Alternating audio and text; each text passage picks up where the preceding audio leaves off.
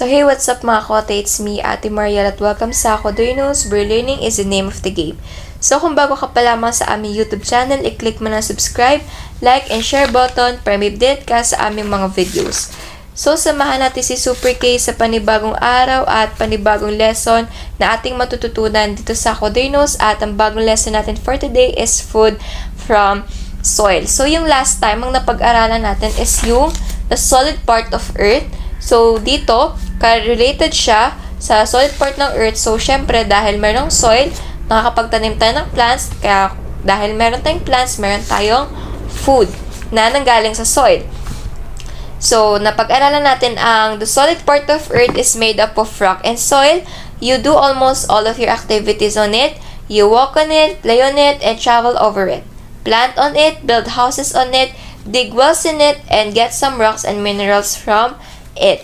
So before we start our lesson, we have a short trivia for this lesson. So the MGM Lion Roar is a trademark. So pag nanonood ka ng pelikula, yung Metro-Goldwyn-Mayer, yung roar, yung naganon na lion, so yan ang kanilang trademark. So ayan, if you notice that, that's their trademark, the Metro-Goldwyn-Mayer Goldwyn-Mayer. So, ayan, yung ginagamit pag may mga pelikula. So, di ba may 20th Century, Warner Bros., meron pang Disney, 20th Century Fox, Universal Studios, Universal Pictures. So, may mga Pixar, may New Line Cinema. So, ayan. So, may mga ganun pa. So, at the start of any movie made by the Metro-Goldwyn-Mayer studio, the iconic lion roars at the audience. While MGM has gone through several iterations of lion mascot, the sound of the roar is always the same. The company trademarked the sound mark with the United States Patent and Trademark Office in the 1980s. Believe it or not, these famous phrases are also trademark. So, yan. Na-trademark yung MGM Lion. So, before mag-start yung pelikula, may mga credits muna sa unahan, if saan sino yung filming company na nag-help dun sa pelikulang yon. Dito sa Philippines, may Viva Films, Regal Films, may Octo Arts pa ba? That before may Octo Arts pa, Viva Films, may mga KTX ganyan. So, Star Cinema.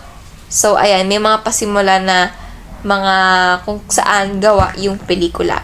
And, nagkaroon tayo software update. So, the trademark of the MGM Lion is also trademark. So, yan ang ating lesson.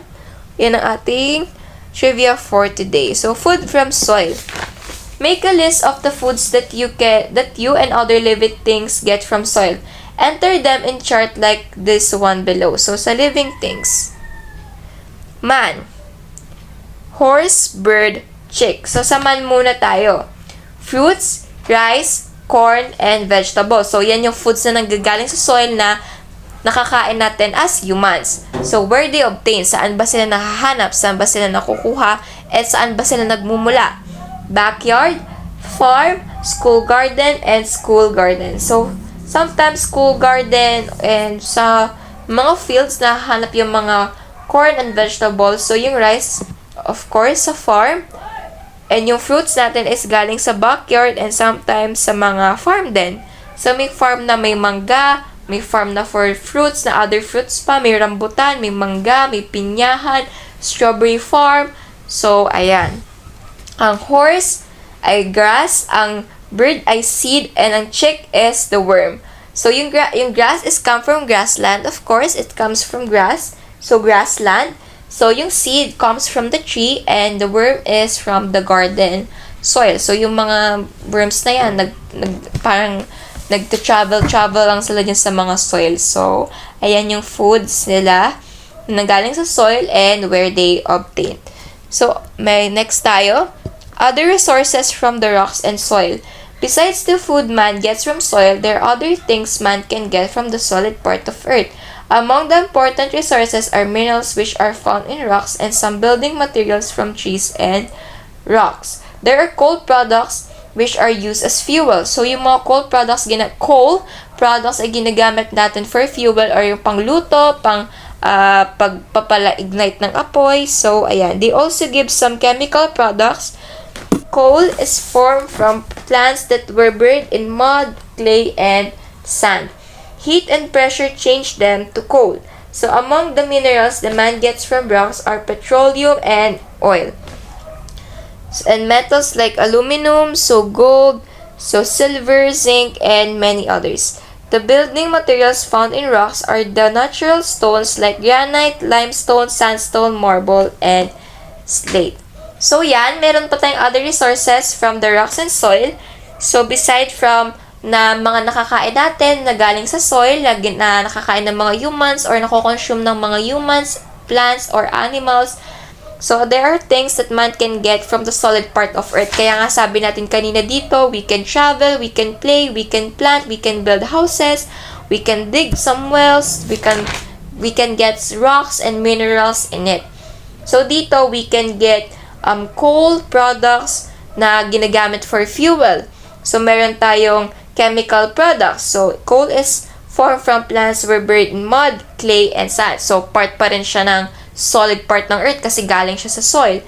So, heat and pressure change them into coal.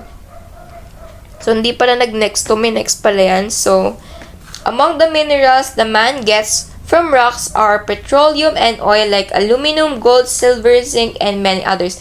So, yung silver, ginagamit natin for example sa jewelry, silverwares, sa mga alahas, sometimes ginagamit siya for gold, yung mga gold, ginagamit sa gold bars, gold flakes, ginagamit siya for earrings, for rings, may mga diamonds pa, may mga pendants pa, ginagamit na siya for bags. So, silver, yung mga aluminum, zinc, and many others. The buildings are materials found in rocks are the natural stones like granite, limestone, sandstone, marble, and slate. So, nabanggit na yun dati sa mga rocks natin, types of rocks natin.